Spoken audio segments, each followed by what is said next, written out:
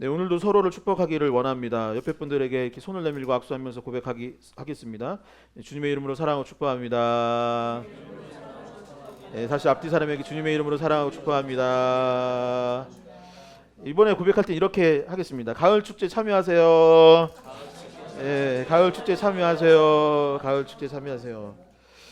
조금 전 안내드린 것처럼 지난주까지는 저희가 바자회라고 안내를 드렸는데 바자회라고 하니까 좀 의미가 좀 변화되는 것 같아요. 저도 그렇고 성도님들도 보니까 목표를 어디에 삼느냐라고 봤더니 이 장사에 다들 장사에 이제 집중하시는 경향이 있는 것 같아요. 저부터가 바자회라고 하니까 이게 목적인가 보다라고 생각을 할 수 있는데 저희가 원래 애초에 취지는 장사라기보다는 이제 내어드리는 거 이렇게 좀 베풀고 하는 거죠. 저희가 이득을 취하는 게 아니라 베풀고 또 이제 모여서 함께하는 가운데 서로 우리끼리 좀 교제하고 이럴 마음으로 시작했던 것입니다. 그래서 이름을 좀 가을 축제하고 바자회는 뒤로 뺐습니다. 그동안은 바자회하고 가을 축제 했는데 그게 아니라 가을 축제 바자회라고 했던 것이죠. 이제 돌아오는 토요일 하루 반나절 정도 우리가 함께 이제 시간을 보내려고 합니다. 맛있는 것도 먹고 이웃들도 만나고 그동안 혹시 교회에 초대하고 싶었던 가족들이나 친구가 있다면 초대도 하고 그런 기회로 삼으려고 합니다.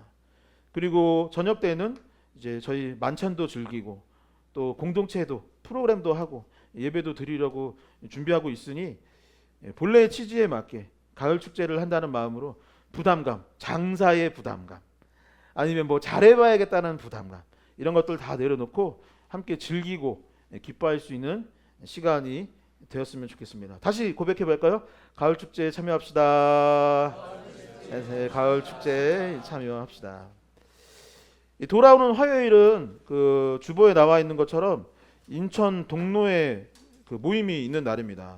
우리 교회가 속해 있는 교단은 대한예수교 장로회이고 대한예수교의 장로회가 역사적으로 봤을 때는 원래 하나였는데 좀 아쉽게도 둘로 이렇게 나뉘게 되었어요. 대표적으로.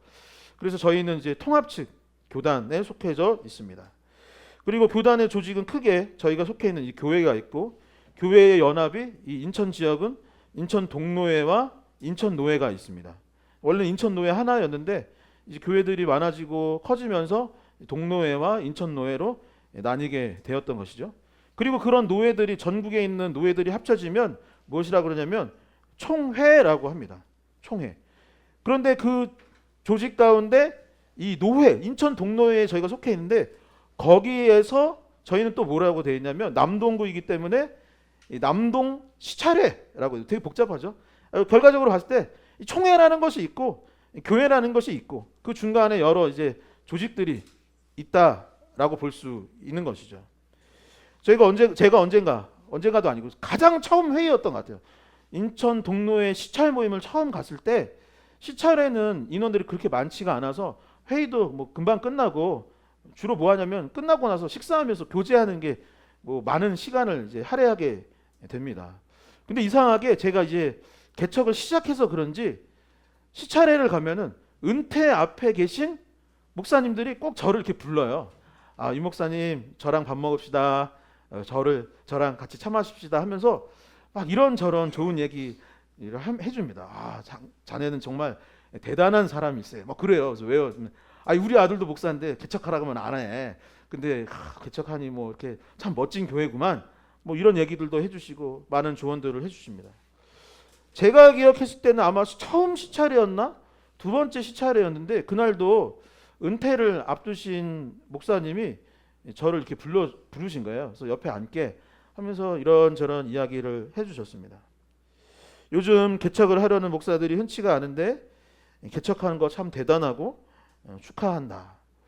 나는 은퇴를 앞두고 있는데 은퇴를 앞두고 몇 가지 조언을 좀 해주고 싶다라고 해주셨어요. 그때 목사님이 해주신 이야기가 이런 내용이었습니다. 무엇냐면 덕우 목사님 이왕 목회하는 거 잘해보세요. 성공적으로 해보세요. 이럴 줄 알았는데 정반대 얘기였어요. 뭐냐면 이왕 하는 거 좀 행복하게 목회를 할 수 있었으면 좋겠네. 우리 때는 성장 이런 얘기를 했었는데 물론 성장해야 하겠지만 그건 다 하나님의 뜻에 달려 있는 것 같고, 교회가 행복했으면 좋겠고 목사님 가정도 행복했으면 좋겠네 라는 이야기를 해주셨습니다. 그러면서 하시는 이야기가 뭐냐면, 첫 번째로는 건강을 잘 챙기기 바란다 라고 하셨습니다. 그 목사님이 시차의례를 한동안 못 나왔대요. 꽤 많이 못 나왔대요. 왜 그러신가 물어봤더니 사실은 암에 걸렸다 라고 하더라고요. 그래서 병원에서 이제 몇 개월 안에 이제 소천하실 거라고 이제 가족들한테 준비를 하라고 했었답니다. 그래서 다 가족들이 이제 헤어지겠구나 이런 생각을 갖고 있었는데, 이 하나님의 은혜로 건강이 회복되어서 오늘 이렇게 시차례 모임도 나오고 은퇴를 하게 됐다라고 하셨던 것이죠.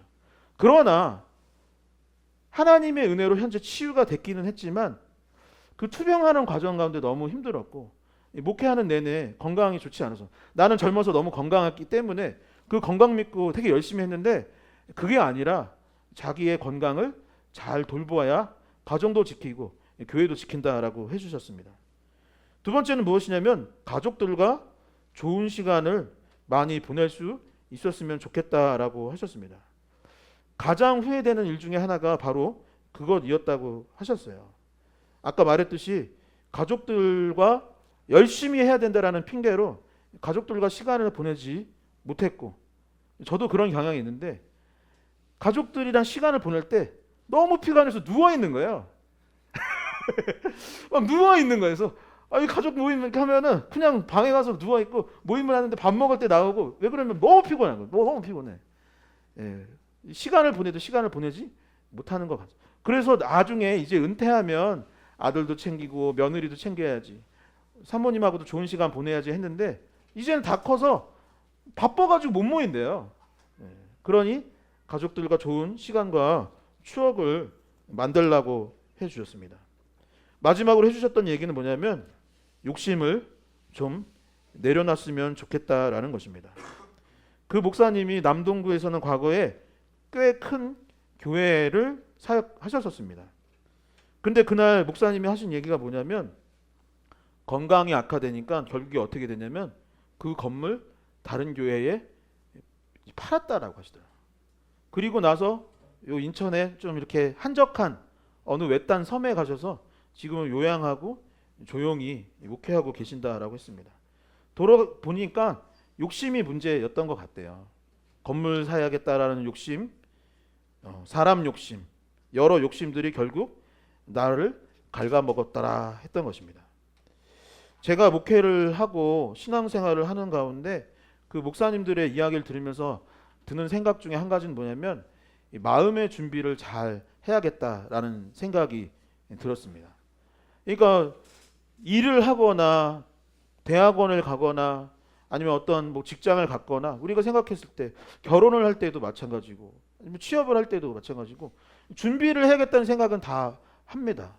돈을 준비해야지, 집을 준비해야지, 건물을 준비하고 악기를 준비하고 사람을 준비하고 공부를 잘 해야겠지라는 생각을 하는데, 그 중에서 제일 먼저 준비해야 될 것이 마음을 준비하는 게 가장 중요하지 않을까 생각이 드는 것이죠.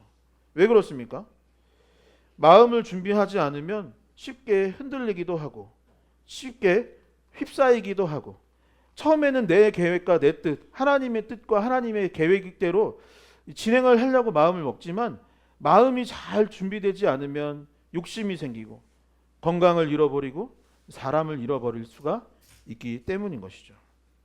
세상에서, 사회에서도 마찬가지 아니겠습니까?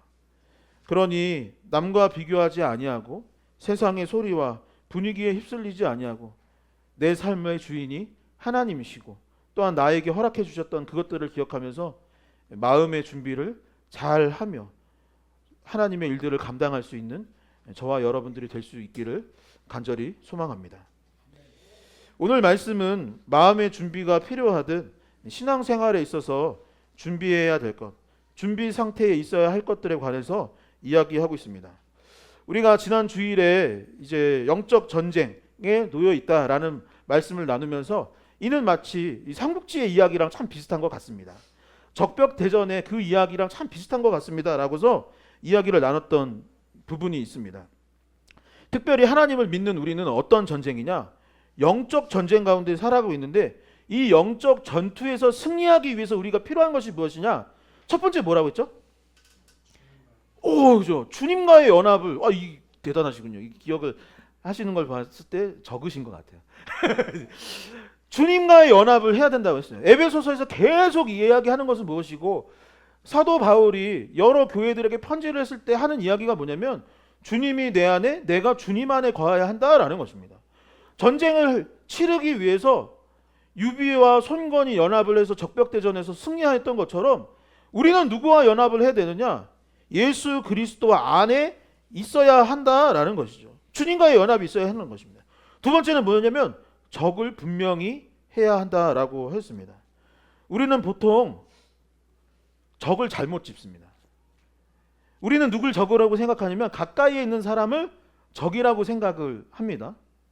부부간에 서로가 아군인데 적이라고 생각을 해요. 형제 자매가 적이라고 착각을 할 때가 있습니다. 부모와 자식이 서로 싸우기도 하고 교회에서 서로 다투기도 하고 사실은 상대해야 될 사람이 저 회사예요. 저 기업입니다. 아니면 다른 나라일 수도 있어요. 그런데 우리는 보통 누구랑 싸우냐면 직장 내의 동료들이나 아니면 사장님이나 아니면 직원들과 싸우게 되는 것입니다. 그런데 성경은 무엇이라고 말하냐면 이는 혈과 육의 싸움이 아니라 영적인 전투요. 영적 전투에서 우리가 상대해야 될 사람들은 누구냐? 존재는 마귀야. 우리를 다투게 만들고 우리를 미워하게 만들고 욕심을 부리게 하고 죄 가운데 빠지게 하는 그 사탄 마귀와 대적을 해야 되는데 우리는 자꾸 가까이 있는 우리 아군들과 싸우고 있으니 적이 누구인지 분명히 하라라는 것입니다. 마지막 전쟁에서 승리하기 위해서는 무장해야 한다라고 했습니다. 군대에 먼저 하는 것이 무엇이냐라고 했을 때 제 기억으로는 지난주에도 말씀드렸지만 보급을 받는 게 아니었을까 생각을 합니다. 보급이라는 건 뭐예요? 군복, 군화, 또 속옷, 양말, 벨트 이런 거 나중에는 이제 탄띠, 총, 검, 이 헬멧, 하이바도 받고 뭐 이런 것들을 보급을 받아야 훈련도 받고 전쟁에도 나갈 수 있는 것이죠. 글을 쓰는 작가가 종이와 펜이 없다고 상상해 보십시오. 기타리스트가 있는데 기타가 없다고 상상을 해 보십시오. 군인에게 무기가 없다면 그 싸움은 필승이 아니라 필패일 수밖에 없는 것입니다. 그래서 하나님은 뭐라고 하셨냐? 성경을 통해서 전신갑주를 취하라라고 했던 것입니다. 그렇다면 전신갑주란 도대체 무엇이겠습니까? 우리가 무장을 해야 세상 가운데 승리하고 마귀와 싸워 이기는데 우리가 무장해야 될 그것들은 도대체 무엇이냐라고 성경은 말하고 있는 것일까요?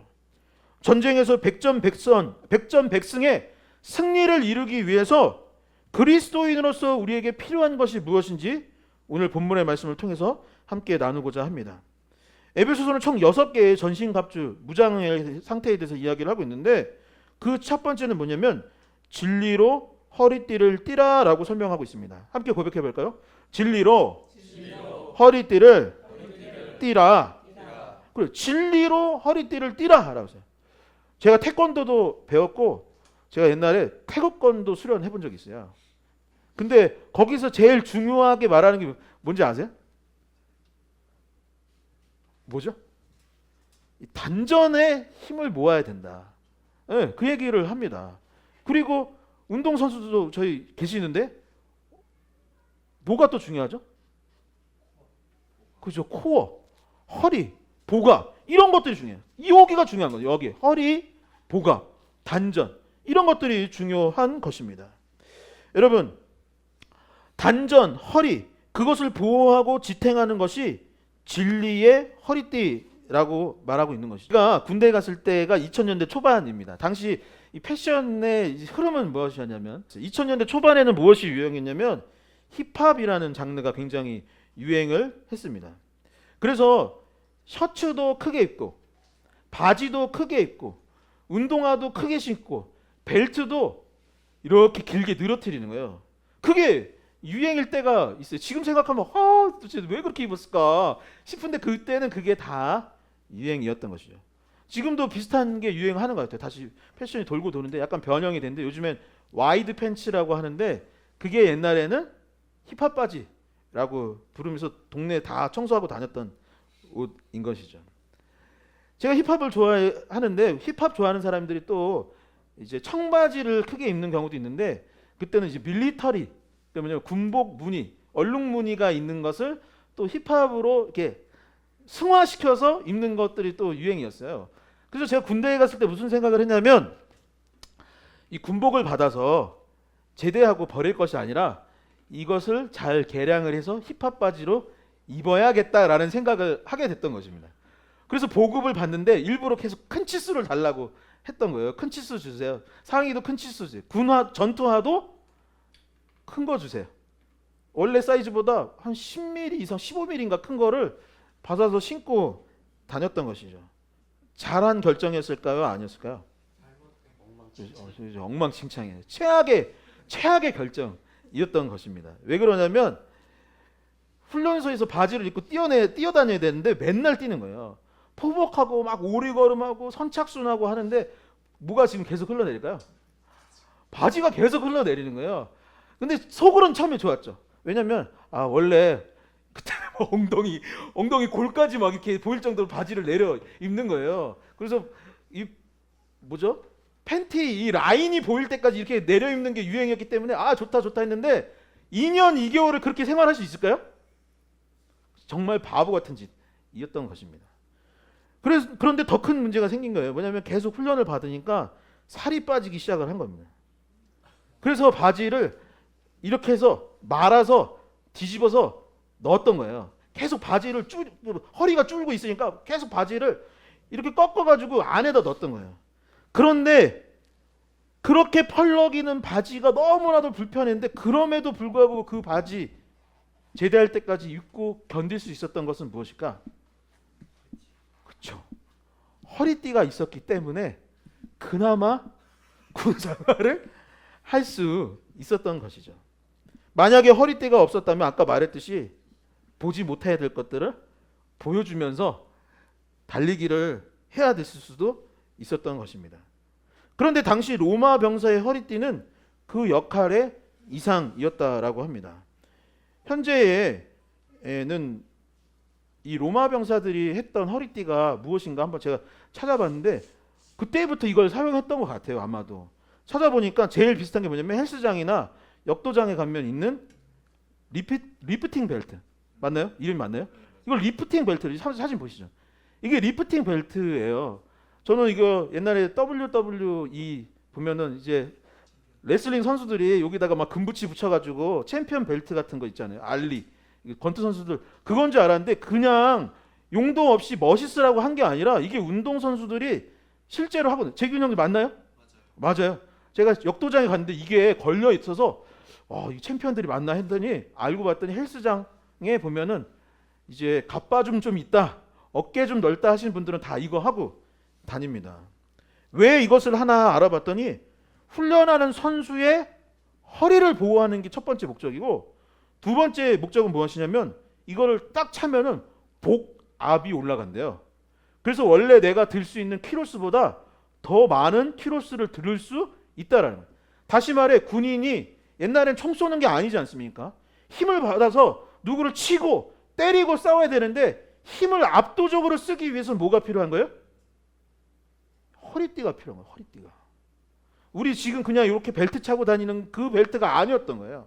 성경이 말하는 허리띠는 리프팅 벨트를 해서 그 칼을 칠 때 그 힘으로 뻥 치는 게 바로 이거였다라는 것입니다.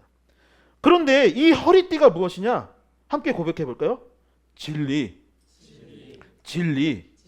여러분 이제 한번 뻥 쳐서 마귀를 이기려면 어떻게 해야 되느냐? 여러분 허리띠로 이 복압을 높이는 게 뭐예요? 힘을 지금 내가 1밖에 못 쓰는데 2가 되고 3이 되게 하는 거. 내가 그리스도인으로서 내 자체 능력으로는 3밖에 안 되는데 5가 되고 10이 되게 하려는 것은 무엇이냐? 진리가 있어요. 진리가. 요한복음 14장 6절과 1장 14절의 말씀을 한번 같이 읽어보도록 하겠습니다. 함께 읽겠습니다. 예수께서 이르시되 내가 곧 길이요 진리요 생명이니 나로 말미암지 않고는 아버지께로 올 자가 없느니라. 말씀이, 자 함께 읽겠습니다. 말씀이 육신이 되어 우리 가운데 거하심에 우리가 그의 영광을 보니 아버지의 독생자의 영광이요 은혜와 진리가 충만하더라. 아멘. 예수께서 이르시기를 진리가 무엇이냐, 우리가 진리의 허리띠를 차라 라고 했는데 진리가 무엇이냐, 내가 바로 진리다 라고 하신 거예요. 그러니까 예수님이 내 안에 있으면 내 힘으로는 1도 될까 말까 하는데 예수님의 허리띠를 차면 뻥 쳐가지고 홈런을 때려버리는 겁니다. 뻥 쳐가지고 내 힘으로는 마귀야 나가라라고 했을 때 이 우리를 자꾸 싸우게 하는 마귀를 대적할 때 내 힘으로는 안 되는데 예수님의 허리띠를 차면 그 마귀를 대적할 수 있다는. 그러니까 내가 예수님이 내 안에 있느냐 없느냐가 너무 중요한 거예요. 그런데 예수님이 또 뭐라고 했냐면 예수님이 거하시는 방법이 무엇이냐라고 했을 때 여러분 예수님은 누구시냐 함께 고백해 볼까요? 성육신. 자 1장 14절의 내용인데 하나님의 말씀이 삶이요 삶이 곧 말씀이 되신 분이 예수 그리스도인 거예요. 그러니까 인류가 말귀를 하도 못 알아듣는, 성경을 계속 줬는데 성경 막 왜곡하고 이거 보니까 이 성령이 아무개래 뭐 하면서 뭐 자꾸 뭐 이단 사이비 뭐 하고 뭐 누가 아무개가 뭐래, 여기서 나왔던 붉은 용이 뭐래 자꾸 왜곡하고, 아니면 이거 가지고 사람들 막 정죄하고 판단하고 막 비아냥가로 욕하는 거예요. 그래서 어떻게 해야 될까요? 말씀이 육신이 돼서 우리 가운데 거하신 거예요.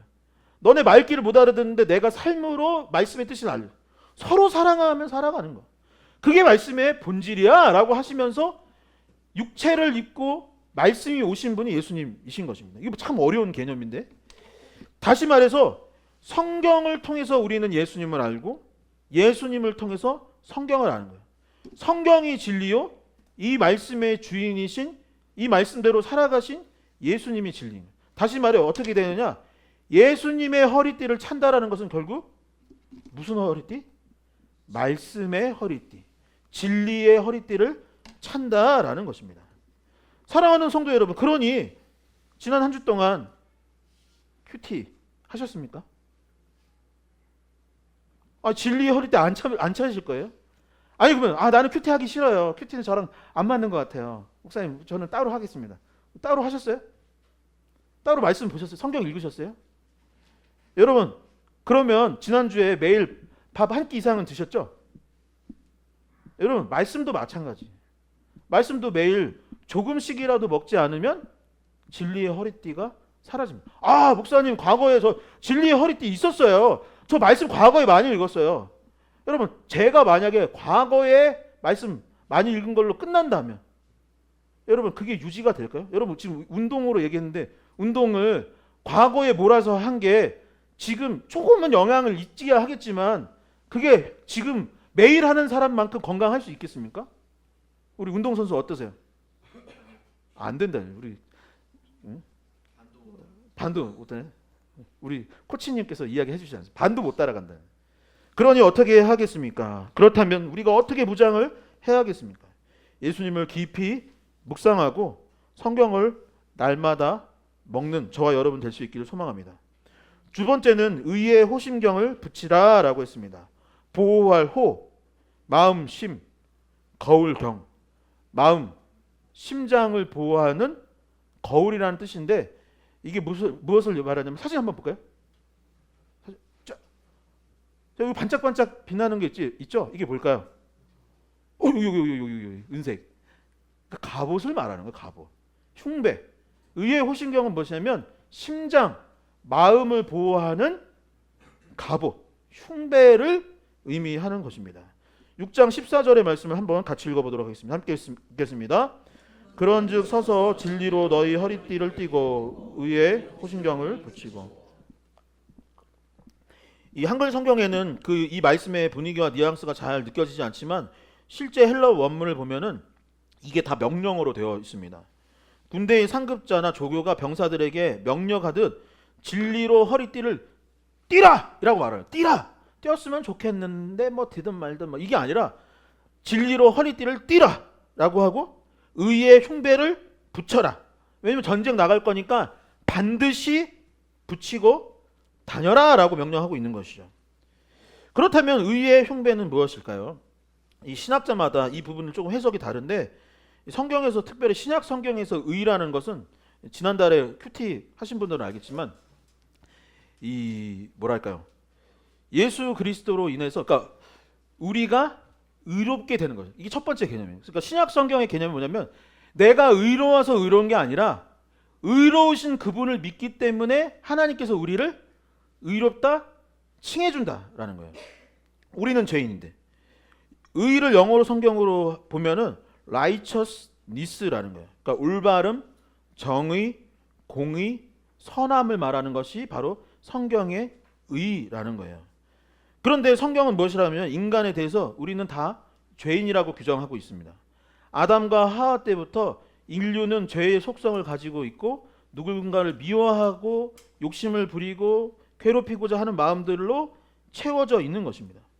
그래서 이 죄의 문제를 해결하고자 예수 그리스도께서 우리의 죄를 대신 지셔서 십자가의 형벌로 죽으셨고, 이 사실을 믿음으로 받아들일 때 로마서 4장에서 그러죠. 이신칭의, 너가 믿으니, 그분을 믿으니 너 자체가 봤을 땐 죄인이지만 그분의 의로움 때문에, 우리의 죄가 용서함을 받았기 때문에 의롭다, 지금부터는 칭해주겠다라는 이 의신칭의가 있고, 또 다른 의미의 의는 무엇이냐면 우리가 흔히 아는 개념과 비슷해요. 흔히 신학적으로는 성화의 개념으로 볼 수 있는데, 이것은 무엇이냐면 예수를 믿고 이제 올바른 것이 무엇이니까 정의가 무엇인지 공의가 무엇인지를 이제 알게 된 것입니다. 그래서 사람의 마음 가운데 의로운 삶을 살고자 하는 마음이 생기는 거예요. 바르게 살아야겠다라는 마음이 생기는 거예요. 그러니까 내가 내 의지를 갖고 이제 신앙생활을 하는 가운데 저것은 분명히 정의롭지 못해. 그러니 내가 바꿔나가야겠어.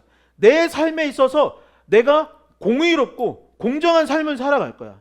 이 사회에 제약이 많으니 올바른 사회로 난 바꿔갈 거야 라는 어떤 자기의지적 의, 이 두 가지가 있는데 신학자마다 여기서 말하는 의를 서로 다르게 해석하는 경향이 있는데, 저는 개인적으로 저희 아까 교단이 통합측이라고 했잖아요. 통합측은 항상 뭐냐면 보통 둘 다 맞다 이렇게 하는 게 저희 통합측이에요. 그러니까 다시 말해서 예수를 믿으니 의롭게 칭해졌다면 더불어서 의롭게 살고자 하는 마음을 이 마음 가운데 가지고 살아야 한다라는 거예요. 그러니까 이걸 어떻게 보호하느냐? 의로운 예수 그리스도의 십자가가 내 안에 있고 그 십자가에 합당하게 살고자 하는 마음이 있어야 팍 화살이 꽂힌다 하더라도 튕겨 나간다라는 것이죠. 우리의 싸움은 혈과 육의 싸움이 아니라 영적 전쟁이라 했어요. 우리의 가슴, 우리의 마음, 우리의 심장을 보호하기 위해서 필요한 것은 무엇이냐? 예수 그리스도의 십자가의 의가 필요한 것이에요. 그것이 의의 시작입니다.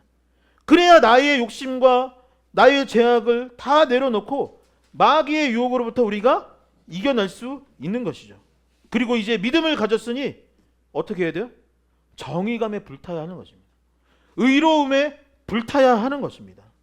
거룩함을 추구하고자 하는 마음이 불일 듯이 일어나야 하는 것입니다. 그것이 나의 심장, 나의 가슴, 나의 마음을 벅차게 하고 그 의로움이 나 자신을 보호하는 호심경, 흉배, 갑옷이 되는 것이죠. 마지막 세 번째, 평안의 복음의 신으로 무장하라 라고 하였습니다.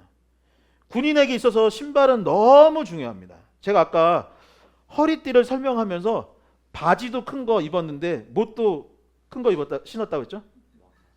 워커. 전투화를 큰 거를 받았어요. 제 발이 한 265 되는데 군대 가기 전에 제가 몇을 신고 다녔을까요?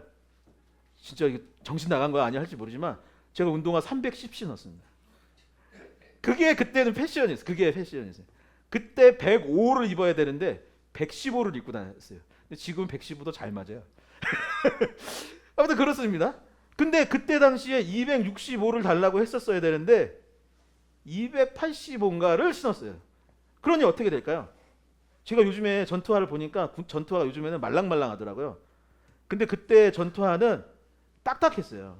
아주 못이 들어와도 안 뚫릴 수 있는 와카.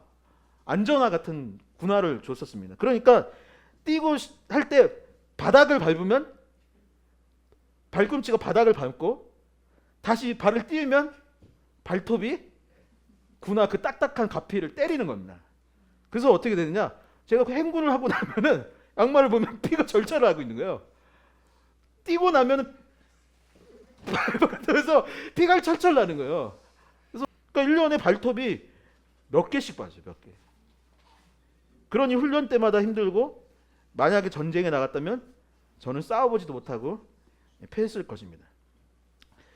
케냐에 엘리우드 킵초게라는 마라톤 선수가 있습니다. 이 선수가 최초로 마라톤 기록을 2시간 이내로 들어왔대요.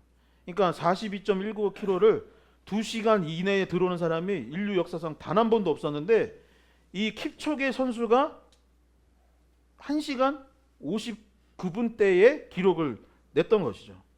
그런데 이 선수가 이 기록을 내면서 주목받았던 것이 한 가지 더 있었어요. 뭐냐면 그 선수 자체도 난리였는데 그죠. 지금 이제 브랜드부터 나오고 막 하는데 알파플라이라는 모 브랜드의 그냥 말하죠. 나이키의 알파플라이 2인가? 라는 신발이 굉장한 인기를 끌기 시작했던 것입니다. 그래서 동네 막 아저씨들도 다 알파플라이 살려고 난리가 났을 때가 있었어요.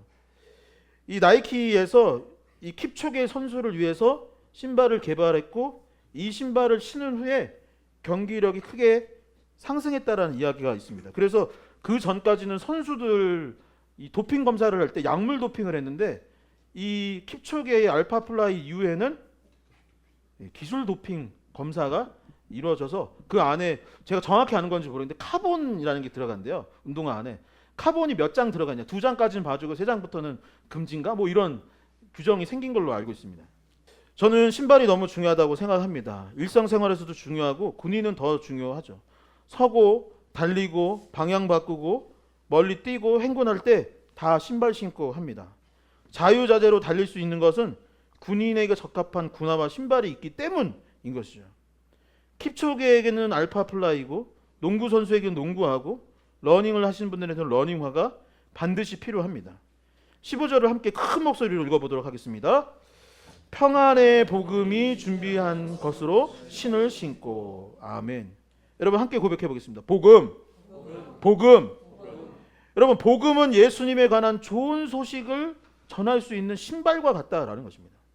간단히 복음에 관해서 설명하자면 우리는 죄인이고 죄인은 스스로 의롭다 할 수가 없습니다. 그래서 하나님께서 이 의롭지 못한 우리를 반드시 벌하여 주셔야 하는데 공의로우신 하나님이 동시에 사랑이 많으시기 때문에 우리를 대신해 독생자 예수 그리스도를 보내주셨고 그분이 우리의 죄를 대신 지심으로 말미암아 우리의 죄가 용서함을 받은 것입니다. 그리고 그것을 믿기만 하면 우리는 하나님의 자녀가 되고 구원을 받는다라는 것이 복음인 것이죠. 여러분 이 복음을 전하는 것이 성경은 무엇이라 말하면 우리의 사명이라고 말을 하고 있네요.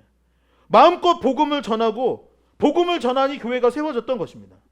복음을 전하니 서로 사랑하게 되었고 복음을 전하니 국경의 담이 무너지고 세대의 장벽이 무너지고 남자와 여자의 장벽이 무너지고 이데올로기의 장벽이 무너지고 사상과 철학과 종교가 다 장벽을 허물게 되었던 것입니다. 그리고 서로 화해하고 서로 이해를 하고 사랑하게 되었던 것이죠. 복음이 결국 무엇이냐? 믿는 자들에게는 알파플라이인 거예요. 복음을 아느냐 모르느냐는 것은 내가 설명할 수 있느냐 없느냐라는 것은 복음이 내 발에 장착되어 있느냐 안 하느냐는 것은 너무나 중요한 거예요. 신발이 있어야 나가죠. 복음을 알아야 나가서 전도를 하죠. 여러분 축제 때 누가 왔는데 밥 먹고 끝낼 것입니까? 복음을 알아야 그분을 변화시키죠. 복음이 있어야 전쟁에 나가고 승리를 할 수 있는 것입니다. 이 복음을 저와 여러분들의 발에 정착하여서 영적 전투에서 승리할 수 있는 승리자, 위너가 될 수 있기를 간절히 소망합니다.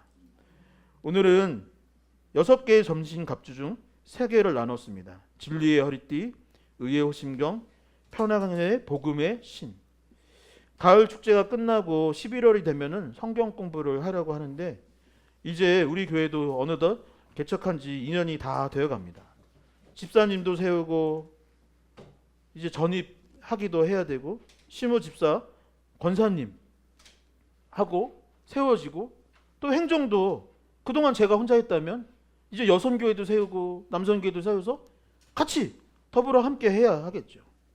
2026년에는 미조직교회에서 조직교회가 되어야 합니다. 그러기 위해서는 기본적인 성경 공부를 해야 하는 것이고 지금 이 무기를 장착하였던 것 같이 하나하나 체계화하고 재확인해야 하는 것이죠. 전진 갑주 무장할 수 있기를 주님의 이름으로 간절히 소원합니다.